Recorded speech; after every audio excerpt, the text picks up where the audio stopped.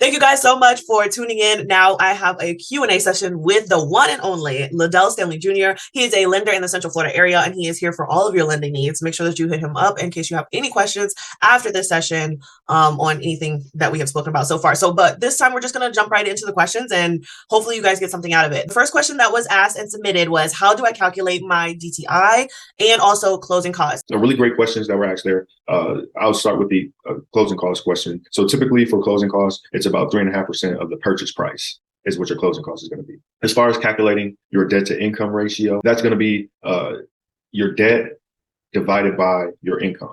When it comes to your debt, they're only referring to items that's on your credit report. So no car insurance, no cell phone bills. We're talking credit cards, student loans, auto loans, personal loans, other mortgages, things like that will appear on your credit and they want to see your monthly payment, not what you're paying, the monthly payment that's obligated on your bill. They want to see that divided by your monthly income before they take taxes out. That number, you kind of don't want to exceed 55%. So if you want to calculate your debt to income ratio, it sounds like you're going to take those debts, only debt from your credit report. You're going to divide that by your monthly income, of course, before taxes. So before anything's taken out, and that's going to give you a number. Whatever said number is less than 55% is what you want to stick with. Are there any ways to save on closing costs? Small number of ways, but one way be homeowners insurance. So when you're selecting homeowners insurance, first year is due up front. And that will be calculated within that 3.5% by, selecting, cheapest but best. Also, the title company.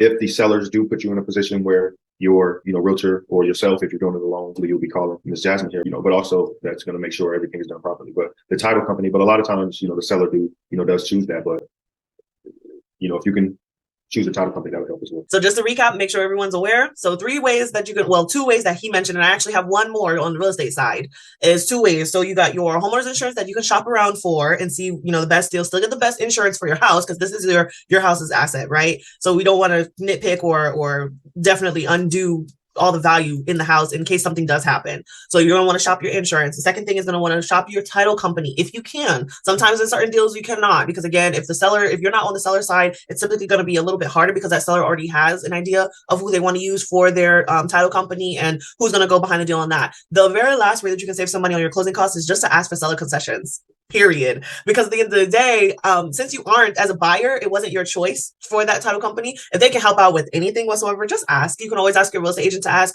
or even if you're an investor on that deal and you want to have the closing costs covered by the seller or whatever the case may be, then ask. It doesn't hurt. So those are 3 different ways that you can save some money on your closing costs. So question number 3 is, what services can they actually shop around for to lower their monthly payment? As far as your monthly payment, the only thing that you can shop around for, of course, is, the home. You can't shop around for, taxes, but make sure the property you find may have affordable, tax bill on. Also make sure, you homestead. Of course, the last thing would be included in your mortgage payment, the homeowner's insurance. So shopping around, like I said, for a good but affordable, homeowners insurance company, that would bring your mortgage payment down. And I actually found it kind of interesting that you did mention you can't shop around for taxes.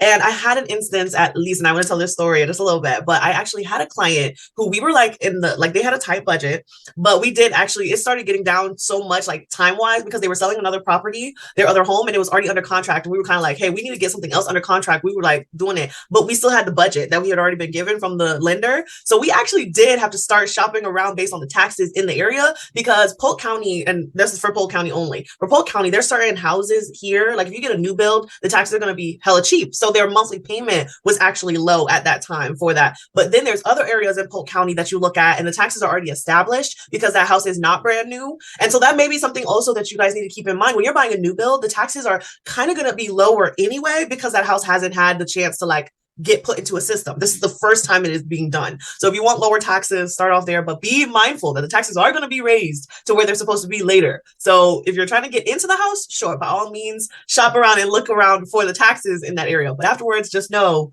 it's going to come back. It doesn't just go away. Well, that was just something that I thought was really interesting. That was something new that I really honestly hadn't really thought about. How soon can I refinance a home loan after closing? Typically, you would want to wait at least 7 months before you refinance that home. And also it will be based on what you're looking to do to refinance, and if you have, the equity to do it. Okay, so 7 months. Is there a reason why it's 7 months? Because I know people are going to ask. They'll look at it as like a flip.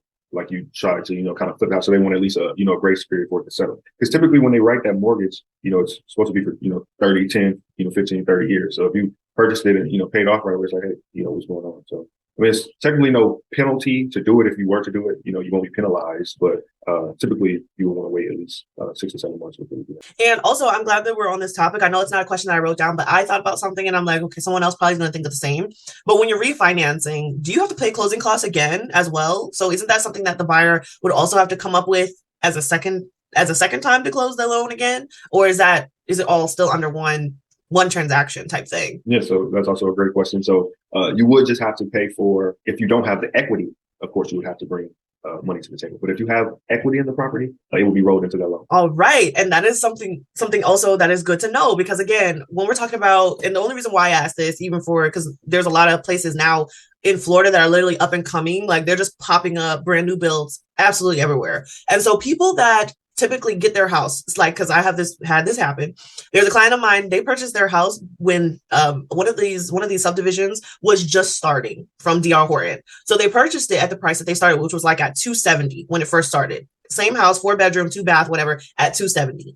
Now, if you try to buy in that same subdivision, they're still building in it, but the same 4.2 that they purchased at 270 is now at 380. Okay. Yep. And everything. And so what they wanted to know is, even though it's been less than a year, for the other builds. So since it's been less than a year, they're like, well, we want to refinance now, because now we feel like, if they're selling those other properties at 380, the same one that we got for 270, they should have enough equity to build and be able to actually take some of it back out for themselves, be able to do whatever they want with it. Yes. All right. Yes. How do I qualify for a home as a renter? Now, I don't know how they meant this question, but I know their situation, and I mentioned it to them one time, so they may be talking about what I mentioned to them. Was, I think that the loan process had changed a little bit, where the renters now were able to add that in as a qualifying factor for their loan, like where you guys were able to say, okay, this person has been affording a $2,100 rent payment, so they should be able to afford it. And as long as they weren't late, or anything like that, they should be able to afford. Is that a thing, or is it still kind of cut and dry with just income? That's the only thing that's qualifying for you. But I'd rather come from you than from me, because I don't know. Yeah, great question. So, again, there's a lot of lenders out there. There's a lot of different programs out there. So to my knowledge, and I work with a lot of different lenders myself, as being a mortgage broker, I haven't heard of, them using that to qualify.